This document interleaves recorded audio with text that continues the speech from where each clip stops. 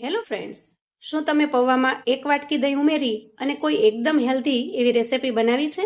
તો મિત્રો, એટલી સરળ કે સવારની ઉતાવળમાં તમે ફટાફટથી બનાવીને તૈયાર કરી શકશો. Hello friends, Dhamus kitchen and blog પર તમારું સ્વાગત છે. આજે આપણે પૌવામાં દહીં ઉમેરી અને એકદમ હેલ્ધી અને ટેસ્ટી રેસિપી બનાવીશું, જે હેલ્ધી પણ છે અને ટેસ્ટી પણ છે. તો ચાલો ઝડપથી બનાવીએ. તો રેસિપી બનાવવા માટે સૌથી પહેલાં આપણે અહીંયા 1 કપ જેટલા પૌવા લઈશું. તો અહીંયા તમે કોઈ પણ પૌવા લઈ શકો છો. એકદમ પતલા જે નાયલોન પૌવા આવે છે એ પણ લઈ શકો છો, અથવા તો આ જે બટેકા પૌવા બનાવવા માટેના જે પૌવા આવે છે એ પણ લઈ શકો છો. તો અહીંયા મેં બટેકા પૌવા બનાવવા માટેના પૌવા લીધા છે. હવે આપણે આ પૌવાને ખૂબ સારી રીતે ધોઈ લેવાના છે, જેથી કરીને એના અંદરની જે કાંઈ ધૂળ માટી કચરો હોય એ બધો જ નીકળી જાય. હવે આપણે ધોઈને તૈયાર કરેલા પૌવાને એક મિક્સિંગ બાઉલમાં લઈ લઈએ. હવે આપણે આમાં 3 ચમચી જેટલો રવો એડ કરીશું અને હવે 1 વાટકી જેટલું દહીં ઉમેરી દઈશું. તો અહીંયા મેં મોળું દહીં લીધું છે. ખાટું દહીં હોય તો તમારે આનાથી અડધું લેવાનું, કેમ કે નહીંતર રેસિપી બહુ ખટાશવાળી થઈ જશે અને એ તમને પસંદ નહીં આવે. હવે આ બધી જ વસ્તુને આપણે મિક્સ કરી દઈએ. આ રીતે મિક્સ કર્યા પછી આપણે 5 મિનિટ માટે એને ઢાંકીને મૂકી દઈએ અને આગળની તૈયારી કરીએ. હવે જુઓ, નાસ્તો એટલો ટેસ્ટી છે કે આપણે એના માટે સરસ મજાની ચટણી પણ બનાવીશું. તો સૌથી પહેલાં અહીંયા હું 3 થી 4 ચમચી જેટલું નાળિયેરનું ખમણ લઉં છું. તો તમે અહીંયા લીલું નાળિયેર હોય તો એને પણ ઉપયોગમાં લઈ શકો છો, અને જો લીલું નાળિયેર ન હોય તો આ રીતે સૂકું નાળિયેર પણ લઈ શકો છો. અહીંયા 2 ચમચી જેટલા દાળિયા લઈશું, એને એડ કરી દઈએ. 1 લીલું મરચું લઈશું અને એને સમારીને એડ કરી દઈએ. અહીંયા થોડા મીઠા લીમડાના પાન લીધા છે, એકદમ કૂણા હોય એવા, એને પણ એડ કરીએ. મીઠા લીમડાના પાનનો ટેસ્ટ પણ ખૂબ જ સરસ લાગે છે આમાં. તો અહીંયા તમે કોઈ પણ મીઠા લીમડાના પાન ઉમેરી શકો. કૂણા ન હોય તો તમારી પાસે જે હોય એ તમે ઉમેરી શકો છો. 1 નાનો કટકો આદુનો છે, એને મેં ટુકડા કરી લીધા છે, એને ઉમેરી દઈએ. અને આ રીતે થોડી કોથમીર અને એના ડાખલા છે ભેગા થયેલા, એને લઈ લઉં છું. તો ચટણીની અંદર ડાખલા છે એ ખૂબ જ ટેસ્ટી લાગે છે, અને વળી ડાખલા પોષક તત્વોથી ભરપૂર હોય છે. તો એની આપણે ચટણી બનાવી લઈએ તો ચટણી ટેસ્ટી પણ બને છે અને પૌષ્ટિક પણ બને છે. અહીંયા આપણે સ્વાદ પ્રમાણે મીઠું એડ કરીશું ચટણીમાં, અને થોડો આમચૂર પાવડર ઉમેરીશું. તો તમે લીંબુનો પણ ઉપયોગ કરી શકો છો. તો તમારે અહીંયા 1 ચમચી જેટલો લીંબુનો રસ એડ કરવાનો, અથવા તો લીંબુ ન એડ કરો તો તમે આમચૂર પાવડર ઉમેરી શકો છો. તો લીંબુ અથવા આમચૂર પાવડર ઉમેરવાથી ચટણી છે એકદમ ટેંગી બને છે, ચટપટી, એટલા માટે અહીંયા મેં ઉમેરેલો છે.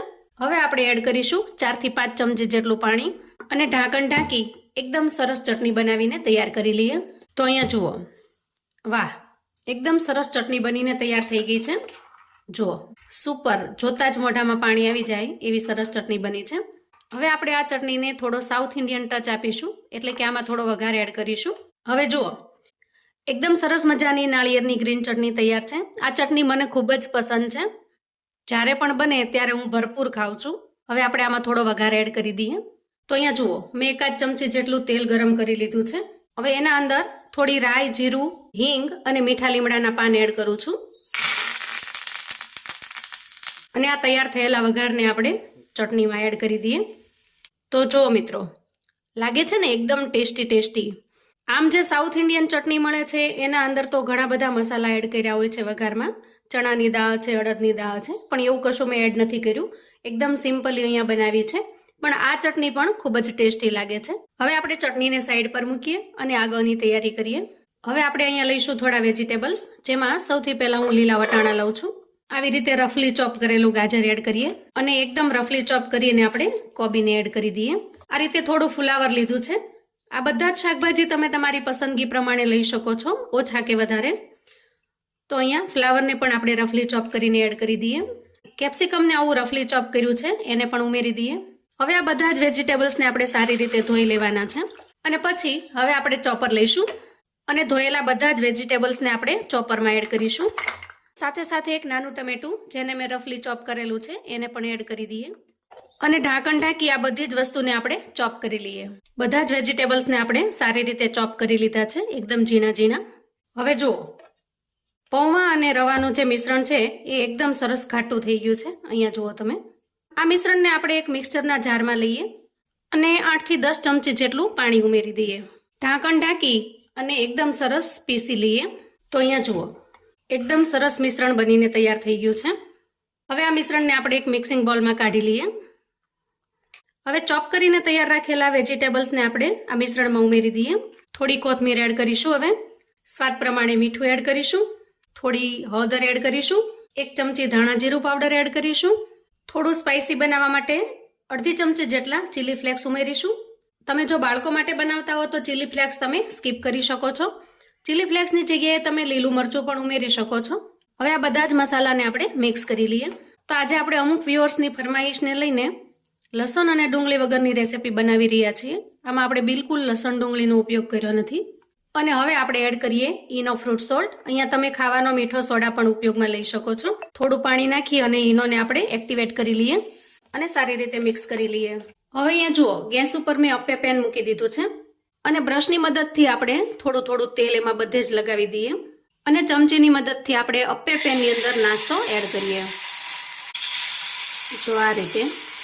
અને આ રીતે આપણે નાસ્તો એડ કર્યા પછી થોડી વાર માટે ઢાંકણ ઢાંકી દઈએ. આ રીતે ઢાંકણ ઢાંકી અને અંદાજે 5 મિનિટ સુધી રાખી દઈએ, જેથી કરીને નાસ્તો અંદર સુધી સારી રીતે શેકાઈ જશે. અંદાજે 5 મિનિટ પછી આપણે ઢાંકણ ખોલી લઈએ. તો અહીં આપણે નાસ્તાની સાઈડ ચેન્જ કરી લેવાની છે. તો આ રીતે આપણે બધા જ નાસ્તાની સાઈડ ચેન્જ કરી લઈએ. તો અહીંયા બીજી સાઈડ ચેન્જ કર્યા પછી આપણે ચેક કરી લઈએ. જુઓ, એકદમ સરસ બનીને તૈયાર થઈ ગયા છે. જુઓ, બધા જ અપ્પે બની ગયા છે અને બંને બાજુ એક સરખા શેકાઈ ગયા છે. જુઓ, તમે જોઈ શકો છો. તો અહીંયા આપણે ગેસની ફ્લેમને બંધ કરીશું. તો અહીંયા બધા જ અપ્પેને આપણે એક ડીશમાં કાઢી લીધા છે. હવે થોડી વાર ઠરવા દઈએ અને પછી આપણે સર્વ કરી લઈએ. તો અહીંયા આપણો એકદમ યુનિક અને ખૂબ જ ટેસ્ટી એવો નાસ્તો તૈયાર છે. નાની મોટી ભૂખ હોય તો ઇન્સ્ટન્ટ બનાવીને તૈયાર કરી શકો છો. બાળકોને તમે લંચ બોક્સ કે ટિફિન બોક્સમાં પણ આપી શકો છો. હેલ્ધી હોવાની સાથે સાથે ખૂબ જ ટેસ્ટી બનીને તૈયાર થાય છે. આ નાસ્તો ઉપરથી ક્રન્ચી અને અંદરથી એકદમ સોફ્ટ બને છે. અહીંયા તમે જોઈ શકો છો. જુઓ, અને અંદરથી એકદમ જાળીદાર બને છે. અહીંયા તમે જોઈ શકો છો. એકદમ યમી દેખાઈ રહ્યો છે નાસ્તો. આ નાસ્તાને તમે પૌવાના અપ્પે પણ કહી શકો છો. એકદમ ટેસ્ટી લાગે, કોઈ પણ નામ આપી શકો છો. ઘણા વ્યુઅર્સ મને પૂછતા હોય છે કે આ નાસ્તાનું શું નામ છે. આને તમે કોઈ પણ નામ આપી શકો છો. પૌવાના અપ્પે કહી શકો છો અથવા તો દહીં પૌવાના અપ્પે કહી શકો છો. કોઈ પણ નામ આપી શકો છો. અને ટોપરાની ચટણી સાથેનું એનું કોમ્બિનેશન એકદમ જોરદાર બની રહે છે. એક વખત જો ખાવાનું ચાલુ કરો તો પછી હાથને રોકી નહીં શકો, એટલો સરસ નાસ્તો બનીને તૈયાર થાય છે મિત્રો. સવારનો બ્રેકફાસ્ટ હોય કે સાંજનો હળવો નાસ્તો અથવા તો કોઈ મહેમાન આવ્યું છે તો તમે ઝડપથી આ નાસ્તો બનાવીને તૈયાર કરી શકો છો.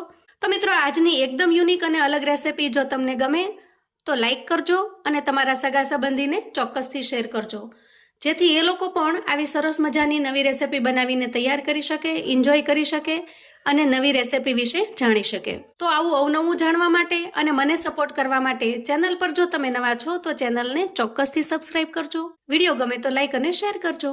મને કોમેન્ટમાં ચોક્કસથી જણાવજો મિત્રો કે આજની આ રેસીપી તમને કેવી લાગી છે. ફરી મળીએ એક નવી રેસીપી સાથે. ત્યાં સુધી આવજો મિત્રો.